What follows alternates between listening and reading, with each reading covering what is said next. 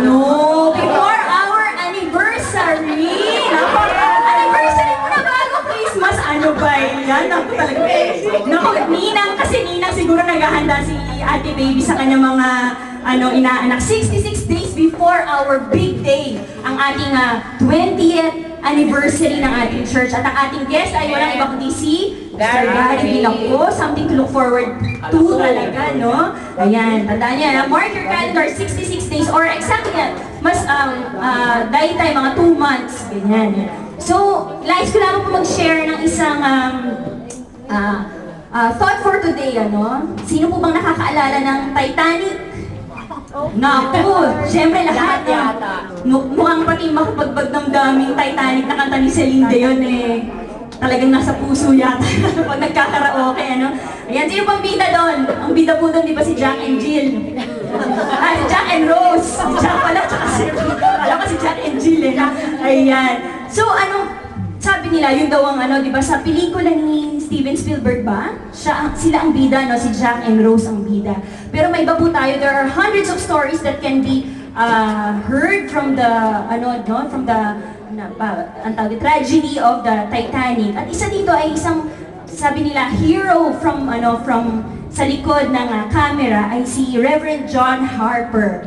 Si Reverend John Harper daw po ay isang second-class passenger, dun siya siguro sa atin sa Philippine Airlines Economy, parang gano'n. Economy class siya ng Titanic, nakasakay, Siya isang widowed na Baptist pastor, tapos kasama niya ang kanyang anak, tsaka yung sister-in-law. Ngayon, kaya sila napasakay sa Titanic, hindi dahil siguro hindi ito aksidente, dahil pupunta sila ng Chicago to conduct a series of revival concerts. So, yung mga panahon pa lang yun, talagang active na ang Christianism, yung mga revival na ganyan. Ayun, kaya nakasakay sila sa Titanic, second-class passengers. Kaya nung evening ng April 14, 1912, nung tumama daw po yung Titanic sa iceberg, si Reverend John Harper, tinakbo niya yung anak niya kagad, tsaka yung kanyang sister-in-law, pinasakay niya sa lifeboat, at unti-unti niya silang iniwan. Kasi sabi niya, meron siyang purpose kung bakit siya nandun sa Titanic, kung bakit nangyari yung pagkakataong yun. So, his heroic mission began, Yung pong, di ba, syempre saan naganap yung sa South Pole ba? Something, Yung paglubog ng Titanic. Yung daw pong tubig doon, yung waters po na pinaglubugan ng Titanic is -2 degrees Celsius, or in short, 15 minutes, bilang ka lang ng 15 minutes, mamamatay ka na, makakatulog ka lang daw of hypothermia at mamamatay ka na. Pero itong si John Harper, hindi niyo po inaksaya ang last 15 minutes of his life. During that time, nag-aakay po siya ng mga nalulunod at tinatanong niya, are you saved? Do you believe in Christ?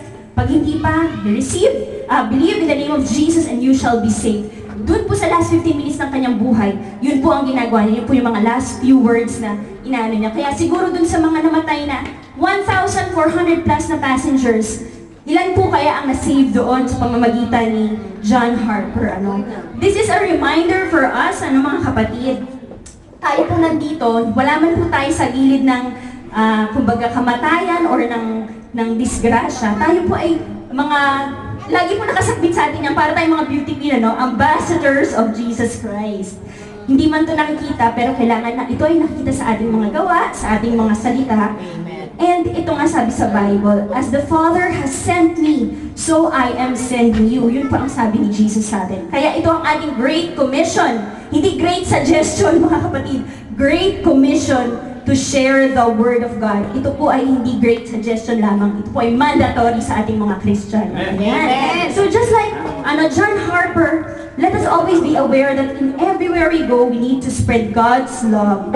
It is mandatory and it's not an option. Kaya tuwing Sunday po, ang sarap po sana kapag nakakita tayo ng mga bagong mukha, Amen. Kasi it means that the Holy Spirit is working through us to invite new people, Kaya ngayon po, tumayo na po tayong lahat at magsimula na po ang service.